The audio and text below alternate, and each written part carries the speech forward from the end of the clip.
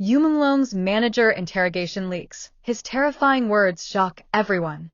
It begins with a single sound, a faint click. The moment a recording device starts rolling inside a locked interrogation chamber deep beneath the Ministry of Justice.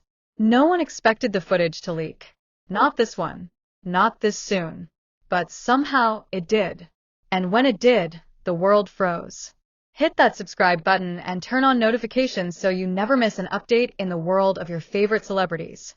Because what Yu Menglong's former manager, the man who had stood beside him for nearly a decade, said during that 3-hour interrogation was enough to tear apart everything the public thought they knew about fame, loyalty, and the brutal machinery behind the entertainment industry.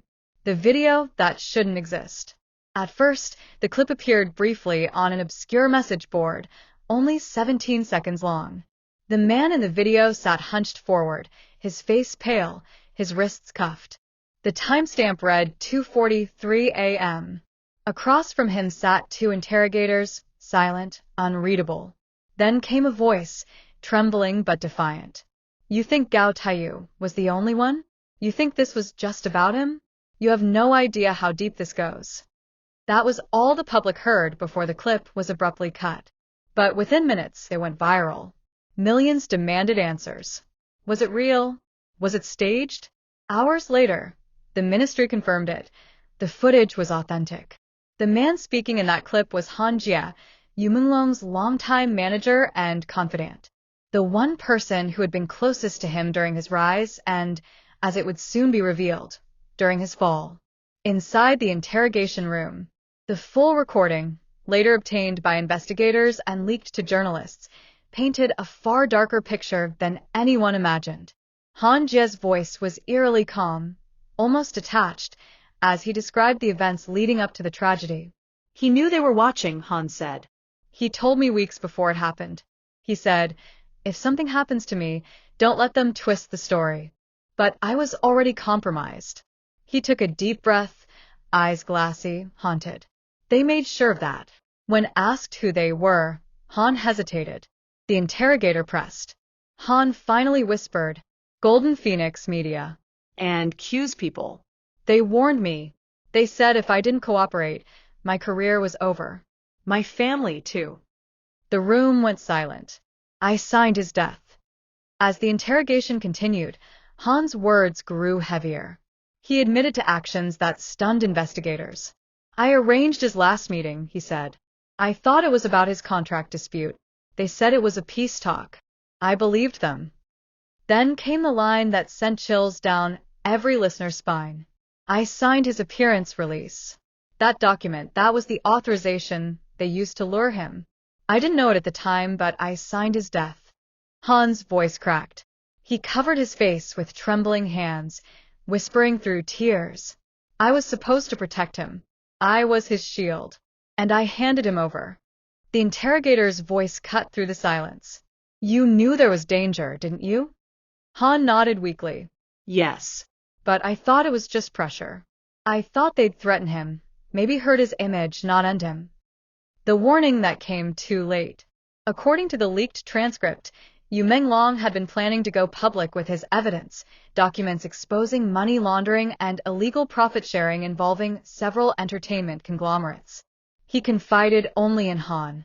Han revealed during questioning that 2 nights before the incident, Yu Menglong handed him a USB drive. He said, keep it safe. If I disappear, give it to the press. I still have it. I was too scared to open it, too scared to move. Investigators later confirmed that the USB contained encrypted files linked to Project Dawnfall, the same operation mentioned in Gao Taiyu's confession. What's more, forensic teams found digital fingerprints showing that the USB had been accessed remotely days after Yu Menglong's death, likely by the same people behind the cover-up. It proved that Han Jie's home had been under surveillance long before the attack. The moment of truth. In one of the most chilling moments of the recording, Han's demeanor shifted. He leaned forward, eyes cold, voice low. You think you're close to the truth, he said to the interrogators, but you're not. There's someone above Chu Jianlin, the one who built the machine, the one everyone answers to. The interrogator asked for a name. Han hesitated. I don't know his real name, he said finally. They called him the architect. He never appears, never speaks directly. But every contract, every investment, every artist under control, his signature is hidden somewhere in the paperwork. You'll never find him unless he wants to be found. The room fell deathly silent. Even the interrogators exchanged uncertain glances. Because this was no longer about one man's crime. This was about an entire system with invisible hands guiding it.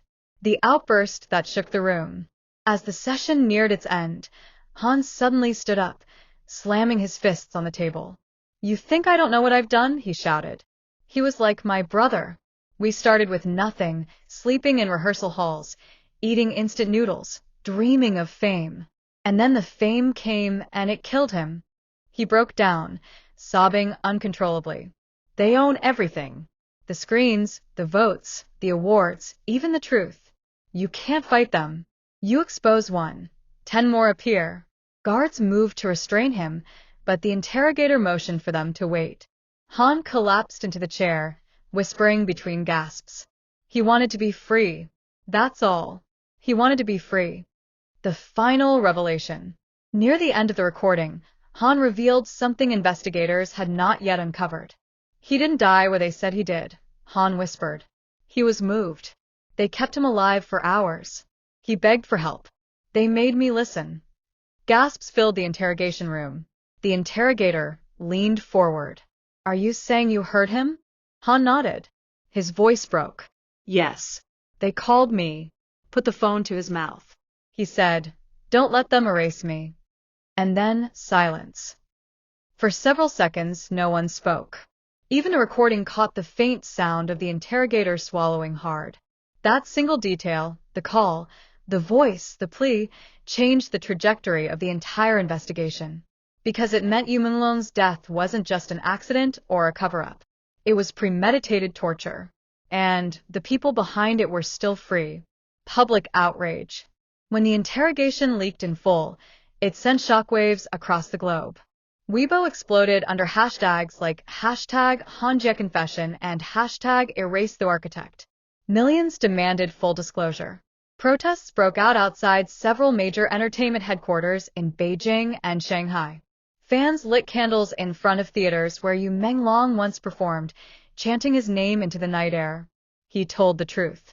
They silenced him, but his voice is still here. Even veteran actors began speaking up, describing years of exploitation, coercion, and blackmail within the industry. It was no longer just a case. It was a revolution. The night before transfer. According to leaked documents, the night before Han Jie's transfer to federal custody, he received a letter. No sender, no signature. Inside was a single line written in red ink. The architect doesn't forgive mistakes. The next morning, Han Jie was found unconscious in his holding cell. He survived, barely. Doctors described it as an intentional overdose. But to the public, the message was clear. The war for truth was far from over. The secret file that shouldn't exist. 3 days after the interrogation leak, a confidential document surfaced on a whistleblower forum. It was titled, Blueprint, The Structure of Control. Within its 49 pages were diagrams, coded communications, and secret financial trails that spanned nearly a decade. Every line connected back to a hidden Council of Seven, the true power behind the billion-dollar entertainment complex. But at the top of every diagram, circled in red, was a single initial. A. No last name. No identity. Just the architect. The documents detailed everything. Contracts rigged to control artists. Digital manipulation of votes and popularity metrics. Covert operations designed to silence dissenters. And most horrifying of all, internal protocols labeled Phase 4, which outlined containment procedures for liability targets. Yu Menglong's name appeared under that category. He wasn't a random victim. He was marked. The legacy of the fallen. Every October 7th, millions light candles under the hashtag We Remember Menglong. His face, once erased by algorithms, now glows on billboards across Asia, not as a celebrity, but as a symbol. A reminder that truth, no matter how buried, always finds its voice. And somewhere, in the shadows of a digital world built by men like Wenhao, one story still refuses to be rewritten. Because Yu Menglong's final words still echo across every screen, every heart, every whisper of rebellion. Don't let them erase me. And they never did.